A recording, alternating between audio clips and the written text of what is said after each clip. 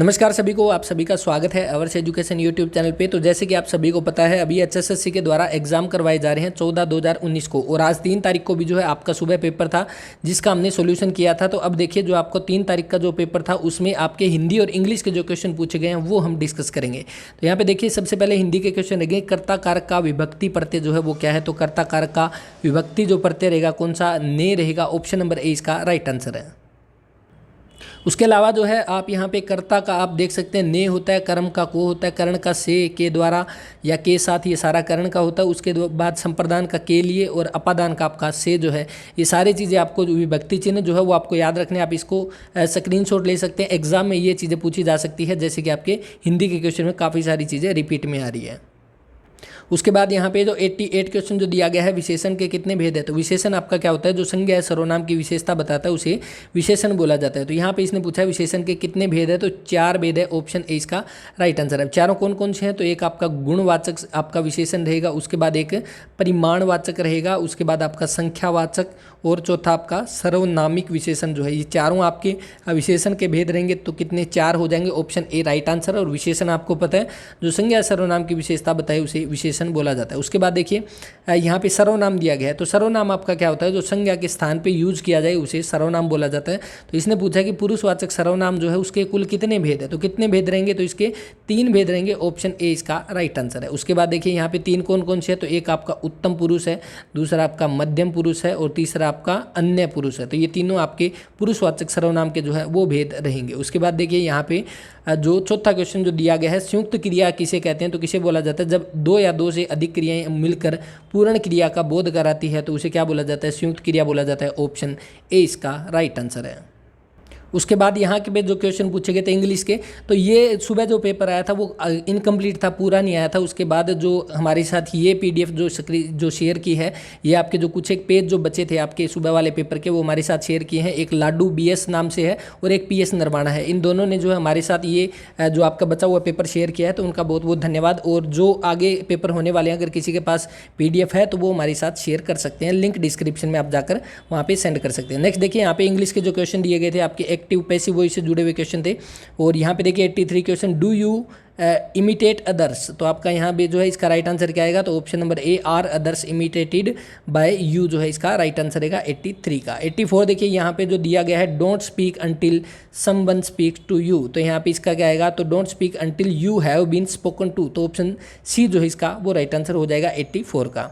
उसके बाद आपको फिल इन द ब्लैंक्स यहाँ पे फिल करने हैं। और यहाँ पे देखिए 85 जो दिया गया है, if only he dash told us the truth in the first place things wouldn't have gone wrong. तो यहाँ पे क्या आएगा? आपका हेड जो है ऑप्शन सी इसका राइट आंसर आ जाएगा। उसके बाद 86 यहाँ पे जो दिया गया है, व्हाट ए सेंसेशन, एक सेकेंड देखिए, what a sensation it would cause if it is dash now discovered that such a man had left behind a diary. तो इसका आपका क्या आएगा? तो वर जो है इसका राइट आंसर आएगा ऑप्शन नंबर डी। तो ये आपके 4 जो है हिंदी के थे और 4 इंग्लिश के। ये क्वेश्चन पूछे गए हैं 3 अगस्त को 2021 को, जो आपका एग्जाम लिया गया है एचएसएससी के द्वारा। उसके अलावा कुछ एक क्वेश्चन और रह गए थे, वो आपके सामने है। देखिए यहाँ पे तो एक क्वेश्चन ये पूछा गया कि डैश उत्प्रेरक जो है वनस्पति तेल के हाइड्रोजनीकरण में उपयोग किया जाता है, तो वो आपका कौन सा रहेगा?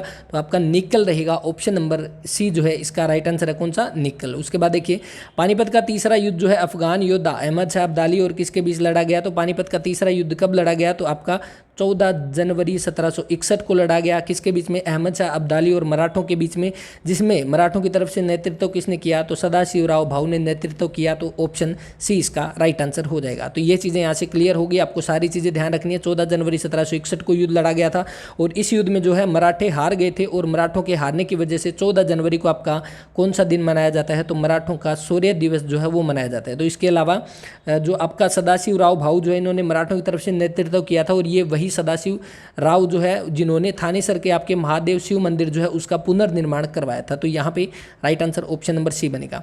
उसके बाद देखिए, यहाँ पे हरियाणा के भिवानी जिले का नाम राजपूत राजा डैश की पत्नी पर रखा गया। तो आपका भिवानी जिले का नाम राजपूत राजा नीम जो थे उनकी पत्नी भीम जो है उसके नाम पे रखा गया। उसके बाद इसको भ्याणी बोला गया। क्या बोला गया? भीम के बाद इसको भ्याणी बोला गया, और धीरे धीरे भ्याणी से इसको भिवानी बोला जाने लगा। तो यहाँ पे राइट आंसर कौन सा रहेगा? यहाँ पे किसके, राजा की पत्नी नीम की पत्नी, यहाँ पे ऑप्शन बी इसका राइट आंसर है।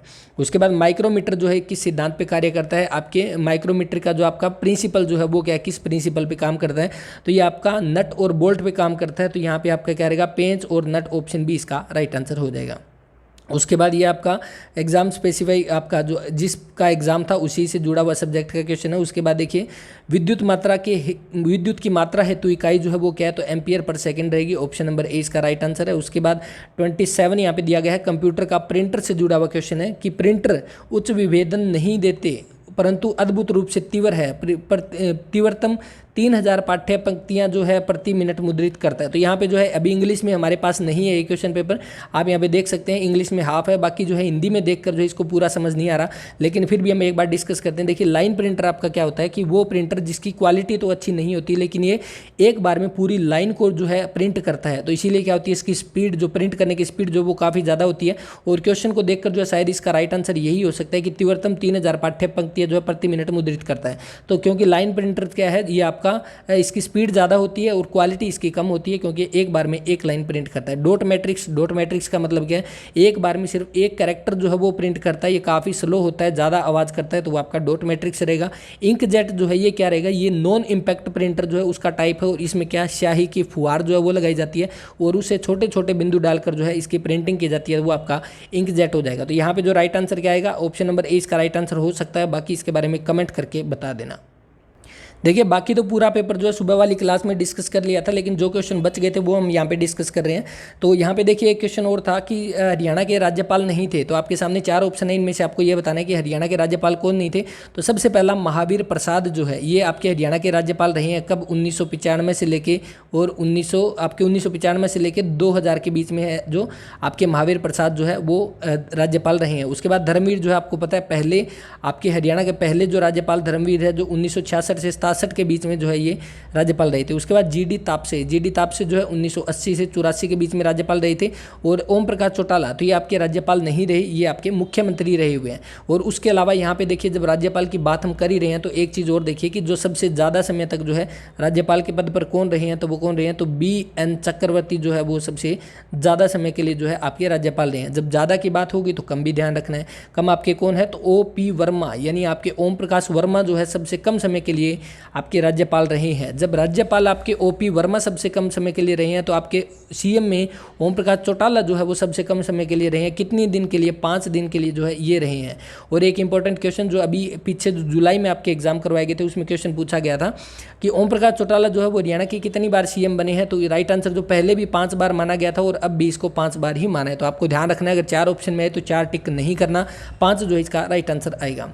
उसके बाद देखिए हरियाणा के डैश जिले में पीड़ित महिलाओं के लिए पहले 1 स्टॉप सेंटर की स्थापना की गई है, तो कौन सा रहेगा, तो करनाल CM सिटी में इसकी स्थापना की गई है, ऑप्शन नंबर ए राइट आंसर है। उसके बाद 66 निम्न में से कौन सा तांबे का लक्षण नहीं है, तो ये जो क्लास है इसकी PDF आपको टेलीग्राम चैनल पे मिल जाएगी, लिंक डिस्क्रिप्शन में आप जाकर ज्वाइन कर सकते हैं या अवर्स एजुकेशन के नाम से आप सर्च कर सकते हैं। अब से पहले जितने भी पेपर करवाए गए हैं, लगभग पेपर जो हमारे पास आए हैं सबकी PDF टेलीग्राम पे अपलोड की जा चुकी है और कुछ एक पेपर रहे हैं जिनकी अभी तक PDF हमारे पास नहीं आई है। तो जिन बच्चों के पास अगर PDF अवेलेबल है तो वो हमारे साथ शेयर कर सकते हैं और शेयर करने का लिंक भी डिस्क्रिप्शन में मिल जाएगा।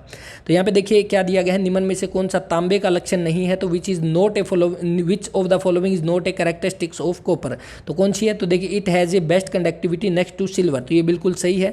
उसके बाद देखिए it has a low resistance to atmospheric corrosion, it has high resistance to atmospheric corrosion, तो यहाँ पे देखिए इसकी जो है रेजिस्टेंस क्या होती है, तो हाई होती है, तो यहाँ पे ये बिल्कुल सही है ऑप्शन सी। और चौथा देखिए इसको क्या है, वायर और शीट में कन्वर्ट किया जाता है, तो ये भी सही है, ये भी सही है, तो ऑप्शन बी जो है इसका राइट आंसर हो जाएगा, क्योंकि इसकी जो एटमोस्फेरिक कोरोजन के खिलाफ के अगेंस्ट जो है इसकी हाई रेसिस्टेंस होती है, तो यहाँ पे ऑप्शन बी इसका राइट आंसर रहेगा।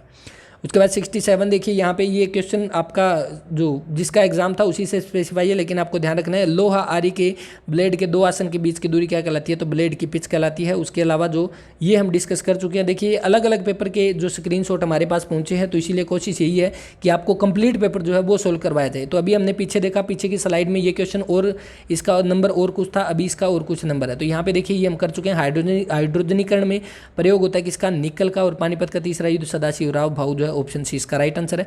तो ये थे आपके जो बचे हुए क्वेश्चन थे आज 3 तारीख को जो आपका एग्जाम हुआ था फर्स्ट शिफ्ट में। अगर किसी तरह का कोई डाउट है तो आप कमेंट करके बता सकते हैं। और हाँ, एक जो सुबह के क्लास में क्वेश्चन करवाया गया था, इसमें थोड़ी स्टेटमेंट पढ़ने में जो मिस्टेक हुई थी, तो उसको करेक्ट करता हूँ। देखिए, एक डेयरी फार्म में 40 दिनों में 40 गायें 40 बोरी खाती है, तो कितने दिनों में एक गाय 1 बोरी खाएगी? तो जब 40 दिनों में 40 गायें 40 बोरी खाती है, तो एक गाय आपकी कितनी 40 दिन में 1 बोरी खाएगी। तो यहाँ पे आपको ध्यान रखना है, यहाँ पे जो पूछा गया है कि एक गाय 1 बोरी कब तक खाएगी, तो ये 40 दिन में खाएगी, ऑप्शन सी राइट आंसर है। लेकिन जब इसको सोल्व किया था तब ये पढ़ा गया था बाय मिस्टेक कि एक गाय जो है एक दिन में कितनी बोरी खाएगी। जब 40 दिन में 1 बोरी खाती है तो एक दिन में कितनी बोरी खाएगी, तो 1/40 जो है मैंने इसका आंसर बताया था, लेकिन वो गलत है। और यहाँ पे जो क्वेश्चन दिया गया है उसके अकॉर्डिंग आपका क्या आएगा, कितने दिनों में एक गाय 1 बोरी खाएगी, तो 40 दिन में एक गाय 1 बोरी खाएगी। तो ये इसका राइट आंसर रहेगा। तो ये थी आज की क्लास, और क्लास के बारे में अपना रिव्यू जरूर दें। इसी तरह क्लास आपको मिलती रहेगी। और कल जिन बच्चों का अगर पेपर है, कल परसों और जब भी आगे एग्जाम हो रहे हैं, तो वो हमारे साथ PDF शेयर कर सकते हैं, लिंक डिस्क्रिप्शन में है, या टेलीग्राम चैनल पे शेयर कर सकते हैं। और ताकि जो है इसको सभी बच्चों तक पहुंचाया जा सके जिनके अभी नेक्स्ट एग्जाम होने वाले हैं। तो ये थी आज की क्लास, और इस क्लास में इतना ही। और PDF के लिए मैं आपको बता सकूँ, टेलीग्राम चैनल ज्वाइन कर सकते हैं। मिलते हैं नेक्स्ट वीडियो में, तब तक के लिए अपना ख्याल रखें, पढ़ते रहें। और ये क्लासेस सारी जो है आप ही के लिए है, ताकि आपका कम समय जो है, आपका ज़्यादा टाइम वेस्ट ना हो, तभी जो है एक छोटी सी क्लास में आपको कंप्लीट पेपर जो है वो सोल्व करवाया जाता है। मिलते हैं नेक्स्ट वीडियो में, तब तक के लिए अपना ख्याल रखें, पढ़ते रहें। जय हिंद, जय भारत।